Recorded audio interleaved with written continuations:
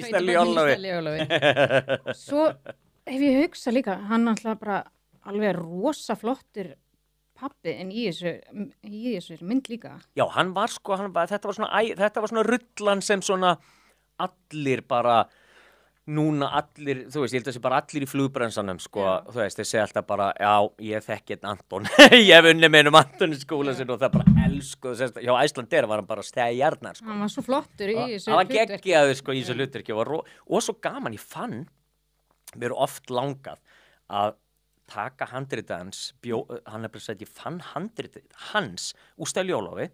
fullt af senur sem voru skrifaður út eitthvað og hann að króta inn í eitthvað grín þar sem hann bara heyrði ég er með betri hugmynd alltaf með betri hugmynd bara skrifaði, hann er ég með útkrótun eitthvað sem átti að vera eitthvað sem var ég bara, vá, ok, eitthvað tíman ef það þarf að safna fyrir eitthvað samtök þá það er bara að ræða fjölskylduna sko, hvort við seljum þetta hæstbjóðanda og setjum peningana í gott máliti þannig að það er gaman, ég með þetta, ég bara en þú veist að því ég með ADHD það er einhvers staðar í geimslunni einhvers staðar, ég man ekki hvar